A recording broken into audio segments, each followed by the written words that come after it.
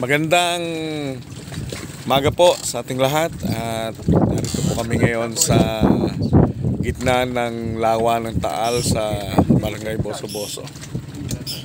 2024 kailangan namin mag-relax, mag-renew and mag-rejoice. So kasama natin ang mga kapastoran, iba't ibang pastor, mga manggagawa ng Diyos. Ayan.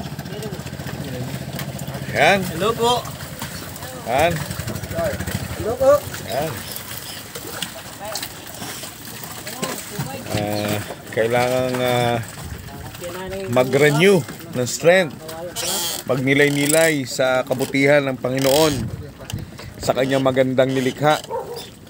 So ang Diyos talaga ay kamangha-mangha sa kanyang mga likha. Lahat ng bagay ay itinakda niya para sa tao, para sa atin lahat. Kaya there's no time to be lonely or to be alone.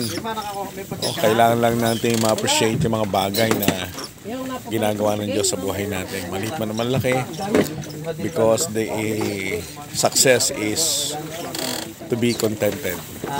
Kaya, salamat po at pagpalain tayo ng ating Panginoon sa maghapong ito sa lahat ng ating gagawin. Ano man ang ating gagawin?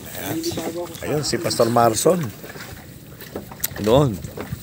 Pinagmamasdan niya yung mga bagong sibol na mga tilapia.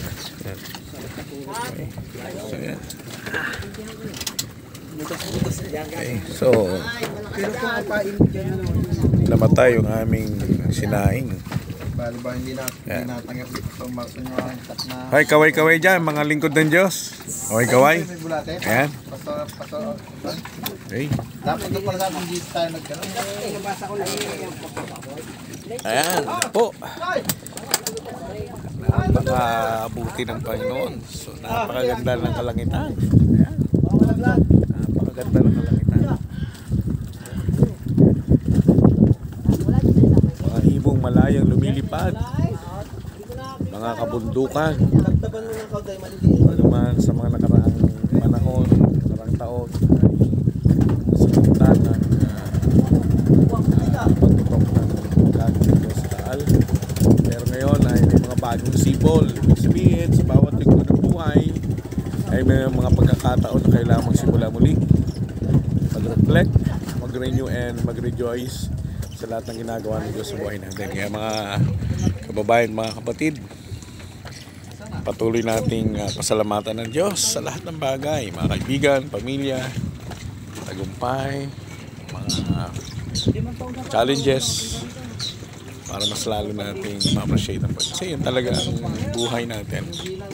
Kaya salamat sa pagkakataon ito na mapasalamatan ng Panginoon sa kanyang pagkakas sa ating buhay. So, God bless us all and good morning.